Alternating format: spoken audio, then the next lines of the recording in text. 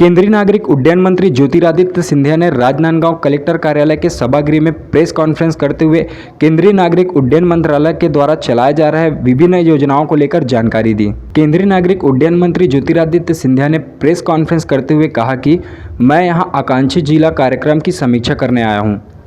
Press conference के दौरान केंद्रीय मंत्री ज्योतिरादित्य सिंधिया ने कहा कि प्रधानमंत्री जी की प्रगति और विकास को लेकर स्पष्ट सोच और विचारधारा है। इनके इस संकल्प को पूर्ण करने में राजनीति नहीं लाना चाहता।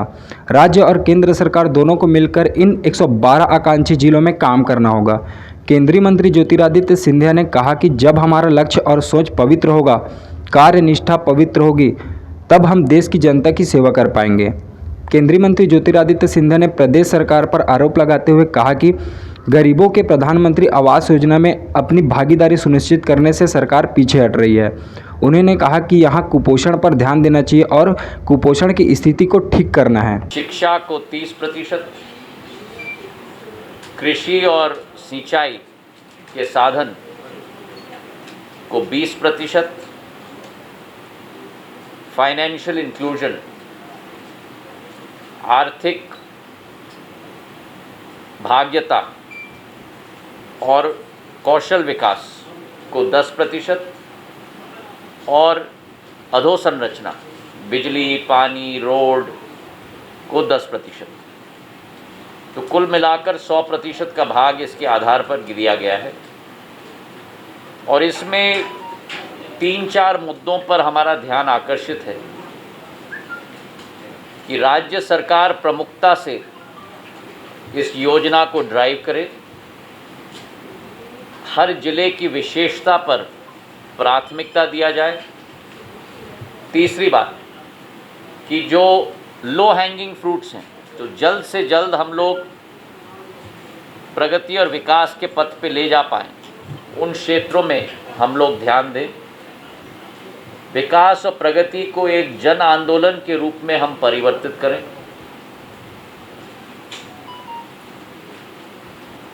एक स्वच्छता के आधार पर प्रतिस्पर्धा, स्वच्छ प्रतिस्पर्धा, हेल्दी कंपटीशन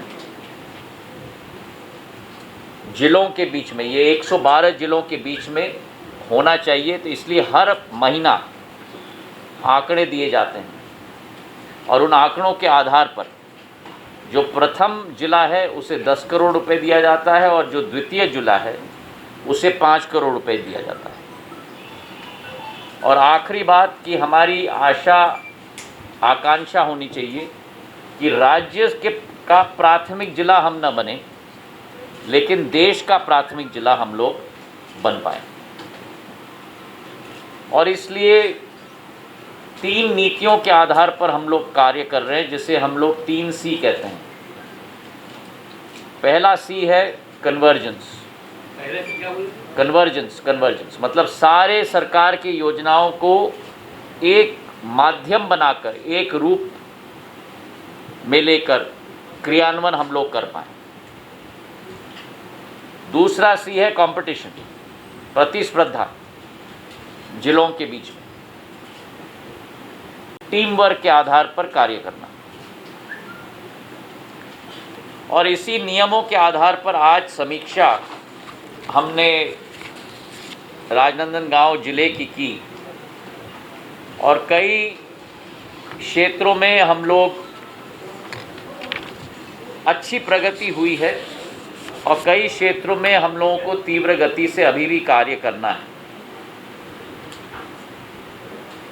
गर्भवती महिलाएं और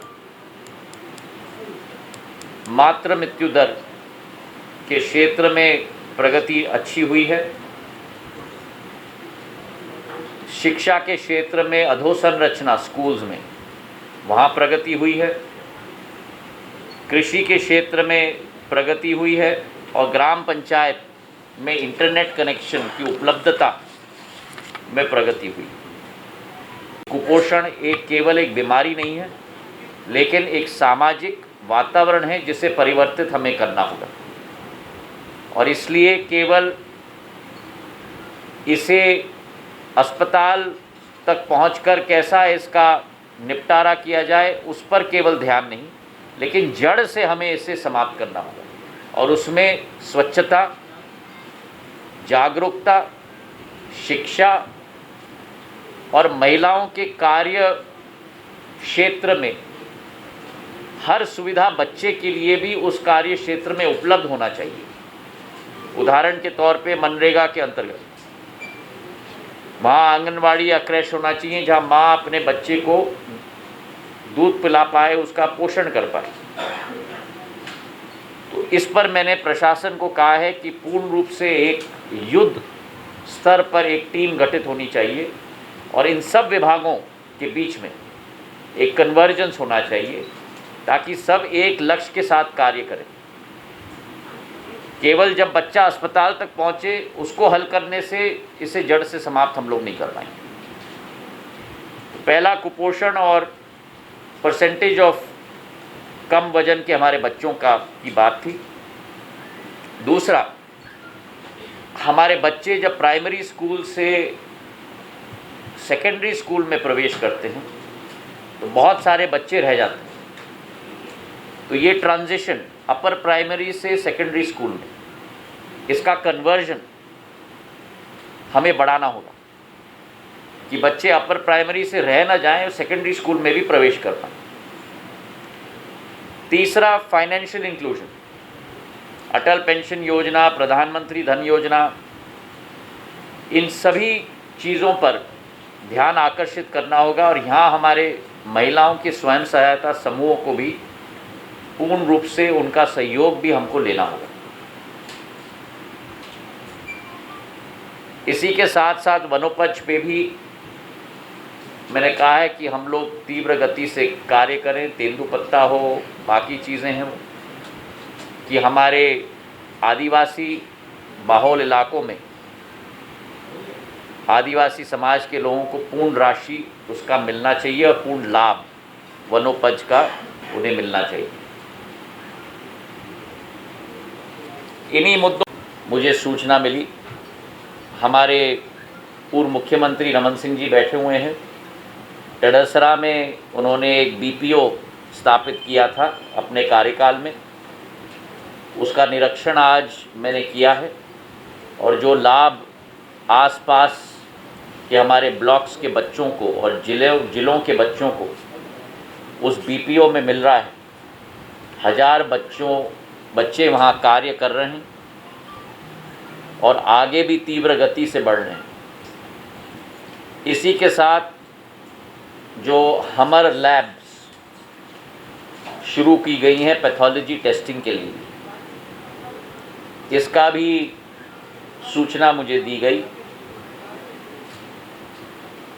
और एक जरूर चिंताजनक विषय है कि प्रधानमंत्री आवास योजना में जो 40% राशि राज्य सरकार से दी जानी चाहिए, उस पर मुझे सूचित किया गया है कि अभी बहुत कठिनाई है और ये मैं मानता हूँ कि बड़ा दुर्भाग्यपूर्ण विषय है कि जब हम गरीबों के उत्थान के लिए अगर हम अपना योगदान न दें, जो प्रदेश सरकार अभी गरीबों को वंचित कर रही है इस आवास योजना के आधार पर, इससे ज़्यादा दुर्भाग्यपूर्ण बात नहीं हो सकती। तो कुल मिलाकर एक बड़ी अच्छा एक निरीक्षण हुआ, सभी मुद्दों का समावेश भी इस पिछले 3-4 घंटों में ज़मीन पर भी और कलेक्ट्रेट में भी बैठ के चर्चा हुई।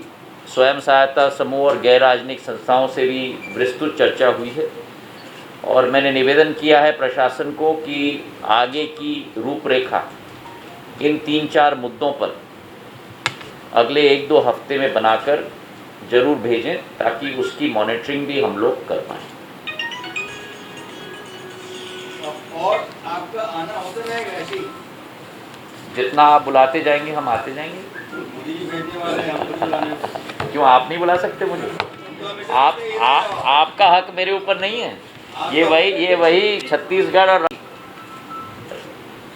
राजमाता साहब ने बहुत विस्तृत तरीके से दौरा किया है, गांव-गांव में गई हैं।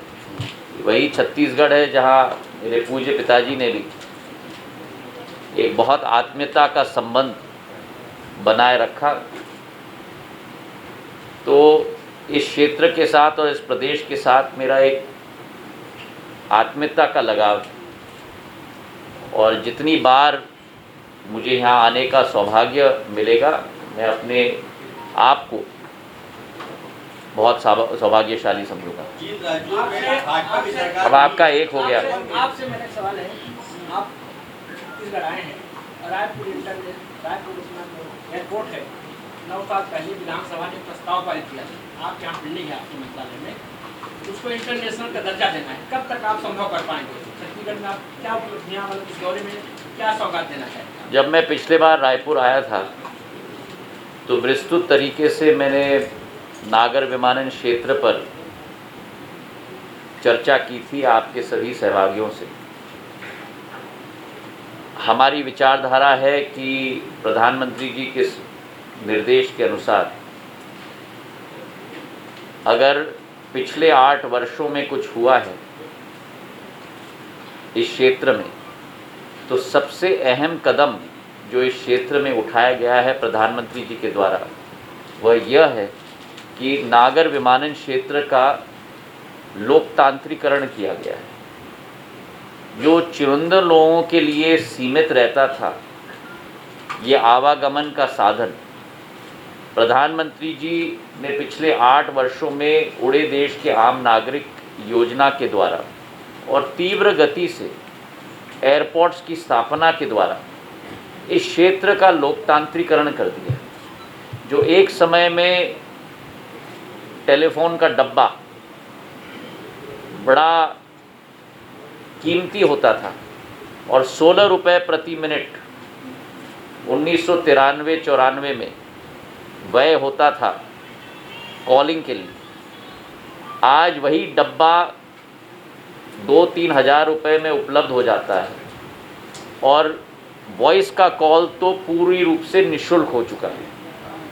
और वही स्थिति नागर विमानन क्षेत्र में उत्पन्न हो रही है कि जो चुनिंदा लोगों के लिए सीमित रहता था और बड़ा कीमती होता था, आज इकॉनमी फेयर्स के टिकट्स इतने सस्ते दाम पे और इतने फ्लाइट्स देश में चल रहे हैं जिससे आवागमन की सुविधा बहुत बढ़ी। 2014 के पहले 74 एयरपोर्ट्स हमारे देश में थे कुल मिलाकर 70 वर्षों में, और पिछले 8 वर्षों में प्रधानमंत्री जी के आशीर्वाद और उनके निर्देश के अनुसार 67 नए एयरपोर्ट्स बने हैं। इसका मतलब है कि जो 74 एयरपोर्ट थे आज वो बढ़कर 141 हो चुके हैं। 8 साल के अंदर ऑलमोस्ट डबल आप मान लो। और हमारा लक्ष्य है कि 2025-26 तक 220 एयरपोर्ट, हेलीपोर्ट और वाटरड्रोम कुल मिलाकर हम लोग देश में स्थापित करेंगे। वहीं जो एयरलाइन की फ्लीट केवल 410 प्लेन की होती थी 2014 में, आज 715 प्लेन्स देश में हैं और हमारा अनुमान है कि आने वाले हर वर्ष 100 प्लेन्स की वृद्धि से ये क्षेत्र बढ़ेगा। मैं मानता हूं कि आने वाले दशक में ये आवागमन की रूपरेखा की रीढ़ की हड्डी नागर विमानन क्षेत्र देश में बनने वाली है। आपने स्वयं देखा है कि पिछले 4-5 दिनों में ही आत्मनिर्भर भारत की विचारधारा के आधार पर जो हिंदुस्तान 228 डॉर्नियर 228 जो जर्मनी से आता था, वो हिंदुस्तान एरोनॉटिक्स लिमिटेड द्वारा आज उत्पादित हो रहा है। और अलायंस एयर पहला एयरलाइन है जिसने 2 हिंदुस्तान 228 खरीदे हैं।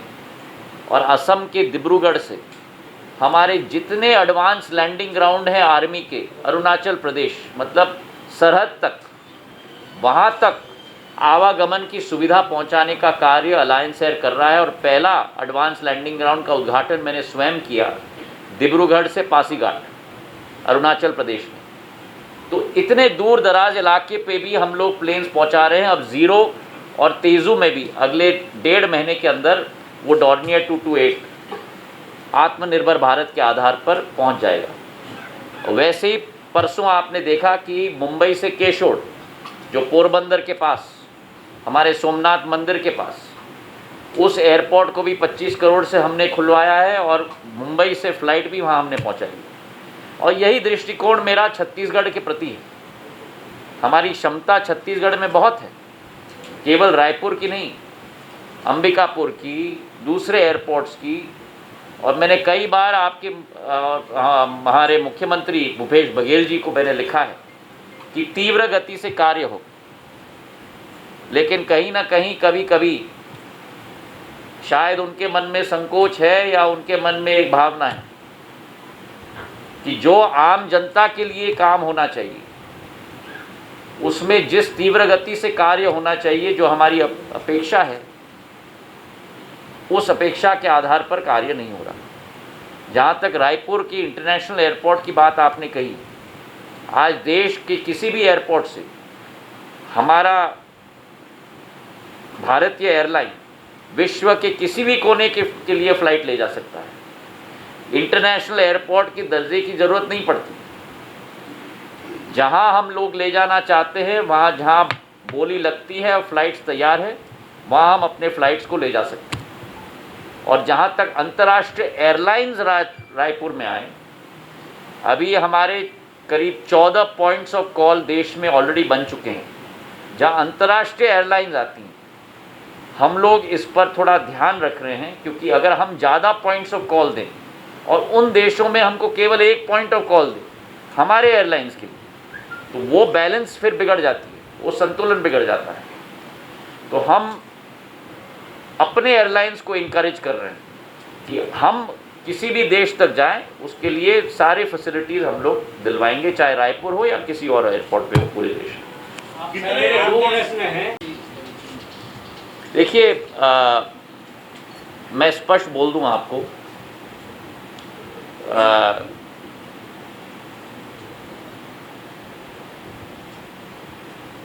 मैं समझ रहा हूं आप मुझे कहां ले जाना चाहते हैं और मैं स्पष्ट आपको बोल दूं, मैं यहाँ एक भारतीय के रूप में बैठा हूँ। प्रधानमंत्री जी की जो स्पष्ट सोच और विचारधारा है विकास की, प्रगति की, उस संकल्प को पूर्ण करने में एक वाहक के रूप में मैं बैठा हूँ। इसमें मैं राजनीति नहीं लाना चाहता और ना मेरी सोच है, जो लोग मुझे जानते हैं पिछले 20-25 वर्ष सामान्य जीवन में और जनसेवा में, राज्य और केंद्र सरकार को दोनों मिलकर इन 112 जिलों में काम करना होगा। जब हम लोगों की लक्ष्य पवित्र होगी, हम लोगों की सोच पवित्र होगी, कार्यनिष्ठा पवित्र होगी, तभी हम देश की जनता की सेवा कर पाएंगे। मैंने इसलिए अपने वक्तव्य में जो काम ठीक चल रहा है उसका भी संदर्भ दिया और जो काम में हमें तीव्र गति लानी है और कमियां हैं उसका भी संदर्भ दिया। एक मिनट, एक कंस्ट्रक्टिव अप्रोच हमारा होना चाहिए जहां जनता का विषय है।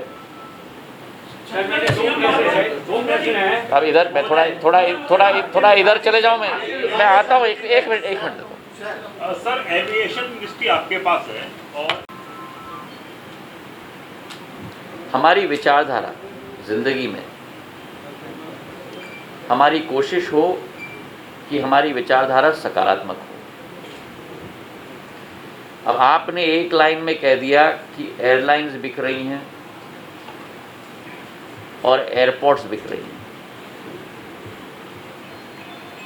पहले तो ये मैं कह दूं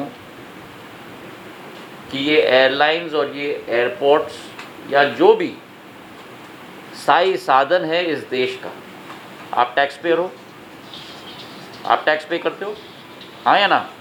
हाँ, ये टैक्स पेयर की राशि। और प्रश्न मैं आपसे पूछना चाहता हूँ कि जिस एयर इंडिया में 52,000 करोड़ रुपए टैक्स पेयर्स की राशि की इक्विटी इन्फ्यूजन हो, जिस एयर इंडिया में 50,000 करोड़ की गवर्नमेंट गारंटी हो टैक्स पेयर्स की, जिस एयर इंडिया में 62,000 करोड़ रुपए का ऋण हो टैक्स पेयर्स की, जिस एयर इंडिया में 85,000 करोड़ का लॉस पिछले 14 सालों का हो टैक्स पेयर्स की, जिस एयर इंडिया में 20 करोड़ प्रतिदिन का लॉस हो, 7,500 करोड़ रुपए प्रतिवर्ष टैक्स पेयर्स की,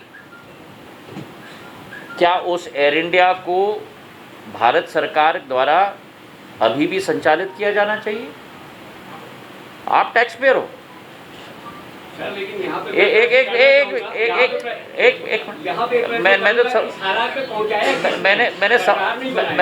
मैंने समाप्त नहीं किया ना। अगर आप मुझे समाप्त करने दो तो फिर उसके बाद प्रश्न करो। 4 करोड़ का जहां लॉस टैक्स पेयर का हो, क्या उसका संचालन आज भी सरकार के द्वारा होना चाहिए? प्रश्न नंबर 1। पॉइंट नंबर 2, ये स्थिति क्यों हुई? अब ये बंद करिए। पिछले सरकार के कार्यकाल में जो गतिविधियां और जो कदम उठाए गए, जिसके आधार पर ये आपको विरासत में मिली है ये स्थिति, जिस दिन से मर्जर हुआ है एयर इंडिया और इंडियन एयरलाइंस से, दोनों प्रॉफिट मेकिंग कंपनीज हर साल कम से कम 3,000 करोड़ का लॉस बना रही हैं 2005-06 से। और इस पर पूरा विश्लेषण मैंने संसद के पटल पर दिया है, जो आप लोगों ने भी सुना है। तो जो स्थिति निर्मित की गई पूर्वी सरकार के द्वारा, उसके आधार पर आज ये जो विरासत में स्थिति बनी है, अंग्रेजी में कहावत है, should you be throwing good money after bad, या किसी और को संचालित करने दो और वही राशि प्रधानमंत्री ग्रामीण सड़क योजना में करो, मनरेगा में दो, कृषि के लिए दो, क्या उससे भारत की गतिविधियां आगे बढ़ेंगी या उसी लॉस मेकिंग एयरलाइन को फंड करके? ये आपका प्रश्न 1 का जवाब। प्रश्न 2, आपने कहा कि आप एयरपोर्ट्स बेच रहे हो। इसका मतलब है कि आपने मेरे संसद का वक्तव्य सुना नहीं। अगले बार कृपा करके मेरे लिए आप एक बार सुन लीजिए, मेरे इंटरव्यू में आने के पहले। थोड़ा हमारे मीडिया के लोगों की क्षमता बहुत है शोध की, उस क्षमता पर आप खड़े उतर के फिर आइएगा कृपा करके इंटरव्यू में, क्योंकि आप प्रजातंत्र के चौथे स्तंभ हैं और मेरे मीडिया के कई भाइयों से मुझे बहुत कुछ सीखने को मिला है। ठीक है, कोई भी एयरपोर्ट बेचा नहीं जा रहा देश में। जितने भी एयरपोर्ट 6 एयरपोर्ट दिए गए हैं वो लीज पे दिए गए हैं। इसका क्या मतलब कि जो व्यक्ति, जैसे उदाहरण के तौर पर आप अपना घर ऋण पे देते हो या अपना ऑफिस ऋण पे देते हो, इसका मतलब नहीं कि जो ऋण पे ले रहा है वो आपका घर का मालिक बन गया या आपके ऑफिस का मालिक बन गया। ऋण का समय होता है, ये 5 साल रहेंगे, 6 साल रहेंगे, फिर घर वापस इनको आ जाएगा, ऑफिस वापस इनको आ जाएगा। और वैसे ही ये 6 एयरपोर्ट्स लीज टर्म पे दिए गए हैं, जो जिसने इससे लीज पे लिया है, और उस लीज स्ट्रक्चर पे आपको प्रति यात्री एयरपोर्ट्स अथॉरिटी ऑफ इंडिया को हर वर्ष राशि मिलेगी। और जो एयरपोर्ट्स अथॉरिटी ऑफ इंडिया को राशि करीब, अगर मेरे आंकड़े सही हैं, 524 करोड़ रुपए उन 6 एयरपोर्ट्स की कमाई होती थी एयरपोर्ट्स अथॉरिटी ऑफ इंडिया की, जो प्रति यात्री की राशि है उसके आधार पर 960 करोड़ रुपए प्रति वर्ष एयरपोर्ट्स अथॉरिटी ऑफ इंडिया को मिलेगा। मतलब करीब 64% ज़्यादा। नंबर 1। नंबर 2, आज तक जो निवेश एयरपोर्ट्स अथॉरिटी ऑफ इंडिया ने उन एयरपोर्ट्स में किया है, उदाहरण के तौर पर अगर इन्होंने 100 रुपये का निवेश शुरुआत से आज तक किया हो, जो उसकी वैल्यू आज है वो जिस व्यक्ति ने लीज पे लिया है ये एयरपोर्ट्स, चेक काट के इनके हाथ में आज देगा। तो इन 6 एयरपोर्ट्स के लिए 2294 करोड़ रुपए जिस व्यक्ति ने लीज पे लिया है उसने चेक काट के एयरपोर्ट्स अथॉरिटी ऑफ इंडिया को दे दिया है। और जब इनकी लीज की पीरियड समाप्त होगी, जितना भी निवेश ये उस एयरपोर्ट में करेंगे, जमीन समेत एयरपोर्ट्स अथॉरिटी ऑफ इंडिया को वापस निःशुल्क वापस दिया जाएगा। तो एक मिनट मालूम है, नंबर 1 लीज, बिक्री नहीं।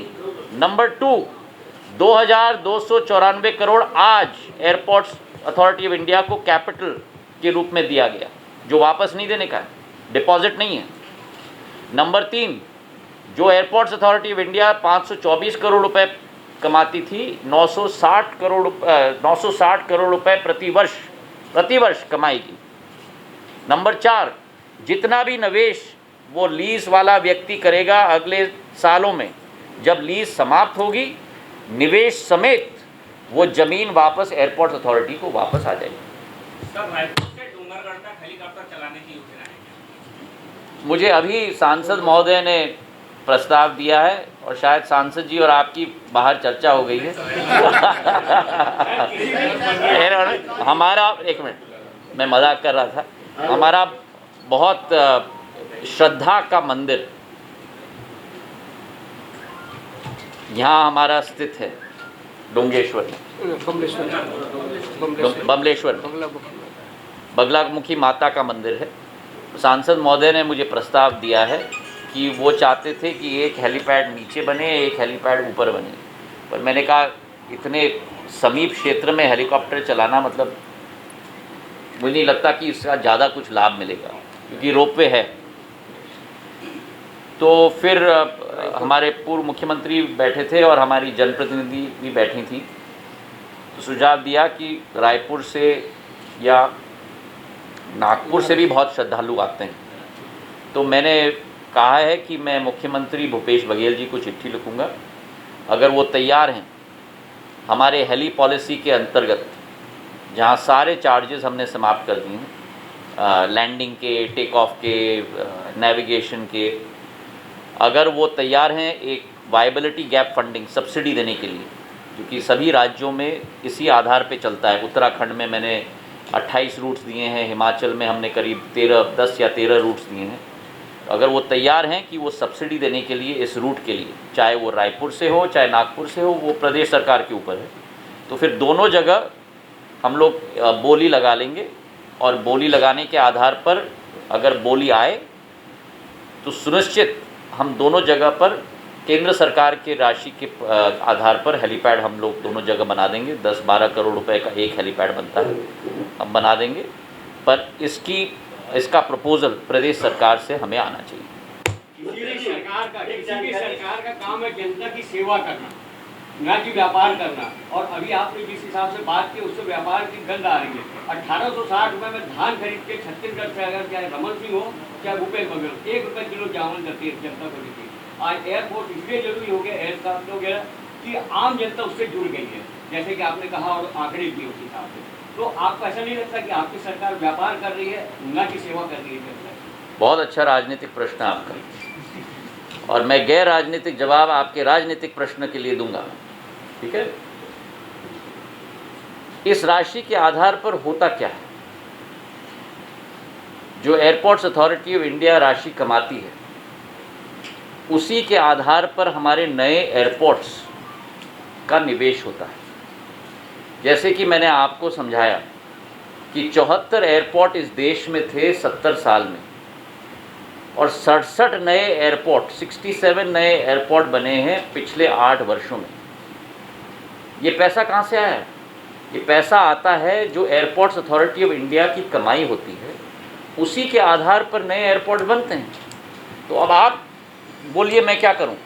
या तो आप मुझे कहें कि नए एयरपोर्ट मत बनाइए, मुझे कोई प्रॉब्लम नहीं, और या तो आप कहिए कि आप एयरपोर्ट्स अथॉरिटी ऑफ इंडिया की कमाई बंद कर दीजिए। एक मिनट, आपने प्रश्न पूछा, मुझे मौका दो। दोनों बात आपकी चट और आपकी पट तो नहीं चल सकती। तो आप तय करो क्या चाहिए आपको, जो आपको चाहिए मैं तैयार हूँ। थैंक यू, हो गया। मेरा प्रश्न है कि जो मनरेगा में राजस्थान मेरा पहला स्थान है, जो स्टेट से अपना जो वाया एयर फ्लाइट आती है, वाया एयर फ्लाइट आती है, मान लीजिए कि मेरे को बेंगलोर से रायपुर आना है तो मैं वाया हैदराबाद आ रहा हूँ, बेंगलोर से रायपुर आना है। देखिए, हमारा नागर विमानन क्षेत्र एक अनरेगुलेटेड क्षेत्र है। सर मैं आपसे इसमें पूछना चाह रहा हूँ कि जो वाया फ्लाइट आती है, उस फ्लाइट में जो एक बार सिक्योरिटी चेक हो गया, जहाँ से पहले टेक ऑफ हो रहा है फ्लाइट, और उसके बाद में मैं जिस एयरपोर्ट पे मैं उतर रहा हूँ, जहाँ से मेरे को वापस जाना है दूसरे एयरपोर्ट में रायपुर के लिए, तो वहाँ पे फिर सिक्योरिटी चेकिंग होती है। जबकि सिक्योरिटी चेकिंग वापस जो होती है, जिसमें आदमी का पैसेंजर का टाइम खराब होता है, एक वो होना चाहिए। दूसरा, एयरपोर्ट में जब हम जैसे मिडिल क्लास के लोग फ्लाइट में जाते हैं, तो एयरपोर्ट में जो खाने पीने की चीज़ों का जो रेट है, आपने भी देखा होगा, वो एयरपोर्ट में जो रेट होता है वो इतना 3 से 4 गुना मार्केट से ज़्यादा रेट होता है। तो मेरा मैं समझ। अब 2 प्रश्न हो गए आपके। पार्लियामेंट में भी मुझे एक ही प्रश्न पूछने का मौका मिलता है भाई, मैं एक ही सप्लीमेंट्री पूछ सकता हूँ, मैं 2 नहीं पूछ सकता। अच्छा, एक पहला इनका मैं पूरा जवाब भी दे दूँ। और जो आपने कहा कि व्यापार, मैं आपको सूचित करना चाहता हूँ कि उड़ान योजना के अंतर्गत पिछले 4 सालों में 1,80,000 फ्लाइट्स चली हैं। जो मैंने कहा कि प्रधानमंत्री जी की लोकतांत्रिकरण हवाई सेवा की हुई है, क्योंकि जो सरकार सब्सिडी देती है उड़ान के तहत, उसी के तहत आज ये 1,80,000 फ्लाइट्स चली हैं पिछले 5 वर्षों में। 2016 में उड़ान शुरू हुई थी, और उसी के साथ साथ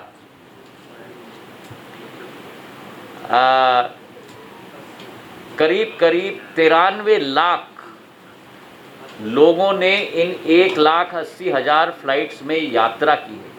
और इन 93 लाख लोगों में से बहुप्रतिशत ऐसे लोग हैं जिन्होंने कभी भी पहले प्लेन में यात्रा जिंदगी में नहीं की। तो जो जनसेवा और लोक सेवा की बात कह रहे थे आप, उसी के साथ मैं आपके साथ पूर्ण सहमत हूं इन आंकड़ों के आधार पर।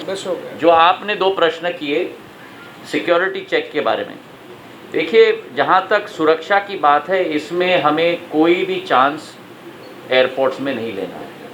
आप अच्छी तरह भली भांति परिचित हैं कि अंतर्राष्ट्रीय जगत में कितने हादसे हो चुके हैं, और मुझे तो लगता है कि एक नागरिक होने के नाते मुझे कोई अड़चन नहीं होनी चाहिए, मुझे और खुशी होनी चाहिए कि जितने बार आप चेकिंग करना चाहते हो आप चेक करो, क्योंकि अंत में आप मेरे जीवन को तो सुरक्षित रख रहे हो, मेरे परिजनों के तो जीवन को सुरक्षित रख रहे हो। तो हमें नहीं लगता कि इस पे कोई भी हमें कमी बरतनी चाहिए, और ये गृह मंत्रालय का क्षेत्र है वैसे भी। और दूसरा बात, खान पान पे जिस दिन से मैंने प्रभार संभाला है, मैंने निर्देशित किया है कि हर एक एयरपोर्ट में सस्ते दाम पे चाय, पानी, कॉफ़ी और खान पान उपलब्ध होना चाहिए। उसका क्रियान्वयन हो रहा है। बहुत बहुत धन्यवाद। Thank you.